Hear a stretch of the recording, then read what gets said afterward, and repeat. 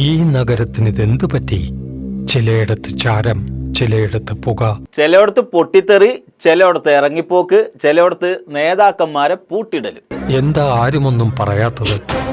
മിണ്ടാതെ സഹിക്കുന്നത് എന്തിനാ? മിണ്ടാണ്ടിരുന്നില്ല, അവസാനം മിണ്ടി. സമ്മേളന ഹാളിലും കടന്ന് പുറത്തു വന്ന് നല്ലോണം മിണ്ടി.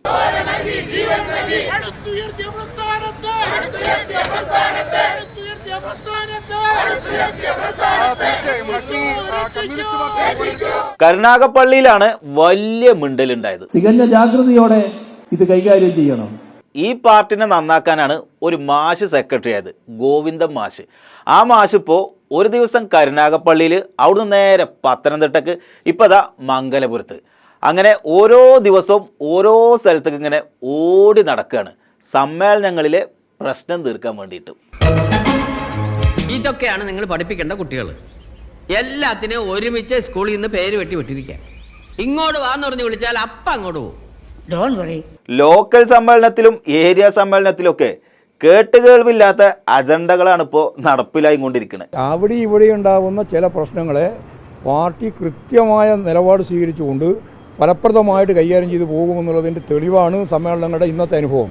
അവിടെ ഇവിടെയൊക്കെ കൈകാര്യം ചെയ്യുന്നുണ്ട്, സഖാക്കള് നന്നായിട്ട് ഇടപെടുന്നുണ്ട്.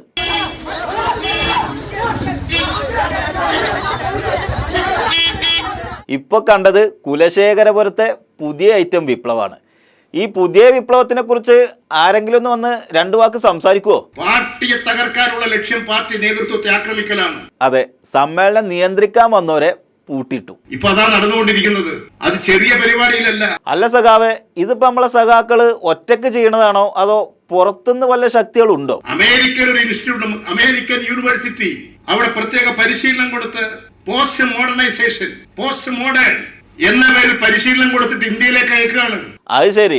അപ്പൊ കുലശേഖരപുരത്ത് പ്രശ്നം ഉണ്ടാക്കിയതൊക്കെ അമേരിക്കയിൽ നിന്ന് വന്നവരാണ് അല്ലേ? ജില്ലാ കമ്മിറ്റിയാണ്, ഞാൻ സമ്മേളന പ്രതിനിധിയല്ല. അപ്പൊ കുലശേഖരപുരത്ത് പ്രശ്നം ഉണ്ടാക്കിയത് EP സഖാവ് പറഞ്ഞ പോലെ അമേരിക്കയിൽ നിന്ന് വന്നവരൊന്നും അല്ല. അല്ല സഖാവേ, ഈ EP എന്താ പിന്നെ ഇങ്ങനെ പറയണേ? ഇതുണ്ടാക്കിയ പൊല്ലാപ്പ് ചെറുതല്ല എന്ന് നാം കാണണം. അപ്പൊ അടുത്ത പൊല്ലാപ്പ് തിരുവനന്തപുരത്തെ മംഗലപുരത്താണ്. ഒരു കാരണവശാലും പാർട്ടി ജില്ലാ സെക്രട്ടറി ജോയി ആയിരിക്കുന്നിടത്തോളം കാലം ഏരിയ സെക്രട്ടറി ആയിട്ട് എനിക്ക് തുറന്നു പോകാനായിട്ട് പറ്റൂല. അപ്പൊ പിന്നെ എൻജോയ്. അതിന്റെ ഭാഗമായിട്ടാണ് ഏരിയ സമ്മേളനത്തിൽ നിന്ന് ഇറങ്ങി വന്നത്. മാഷേ, ഗോവിന്ദൻ മാഷേ, പാർട്ടിക്കകത്ത് ചർച്ച ചെയ്യുമ്പോൾ സർവതല സ്പർശിയായ എല്ലാ മേഖലയും സഖാക്കൾ ചർച്ചയ്ക്ക് വിധേയപ്പെടുത്തും. അത് മറുപടി പറഞ്ഞ് അവസാനിപ്പിക്കുക എന്നുള്ളതാണല്ലോ അജണ്ടയുടെ ഏറ്റവും പ്രധാനപ്പെട്ട ഒരു ഭാഗം. മംഗലപുരം ഏരിയ സമ്മേളനത്തിന്റെ ഭാഗമായിട്ട് നിലവിലുണ്ടായിരുന്ന ഏരിയ സെക്രട്ടറി ഇറങ്ങിപ്പോയിത്രേ. ഏരിയ സെക്രട്ടറി ആ വഴിക്കിന്റെ അങ്ങനെ അങ്ങോട്ട് പോവോ അതോ തിരിച്ചു വരുമോന്നൊന്നും അറിയില്ല. തുടർന്ന് എന്ത് വേണമെന്നുള്ളതിനെ കുറിച്ച് ആലോചിച്ചുകൊണ്ടിരിക്കുകയാണ്. ഇവരെ മര്യാദക്കാരാക്കിയിട്ടേ ഞാൻ ഇവിടുന്ന് പോകും. പക്ഷേ എന്റെ കാര്യത്തിൽ ആരും ഇടപെടരുത്. EP സഖാവ് പറഞ്ഞ പോലെ അമേരിക്കയിലെ യൂണിവേഴ്സിറ്റിയിൽ നിന്നൊക്കെ പരിശീലനം കഴിഞ്ഞവരാണ് ഈ പ്രശ്നത്തിനൊക്കെ പുറകിലെങ്കിൽ ഗോവിന്ദമാഷ് മാത്രം ഓടി നടന്ന് ശരിയാക്കിയാൽ എത്രത്തോളം ശരിയാവുമെന്ന് കണ്ടറിയണം.